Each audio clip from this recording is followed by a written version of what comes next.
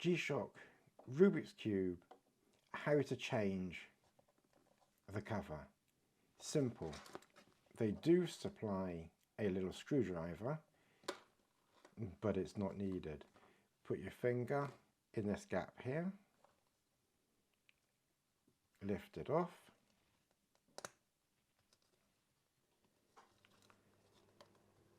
fairly carefully, and then simply, quickly and easily fit the white. To take it off, you just pull there, take the black and slip it on over the top. Thanks for watching. Please like, subscribe, share, hit that notification button, and I'll see you in the next one.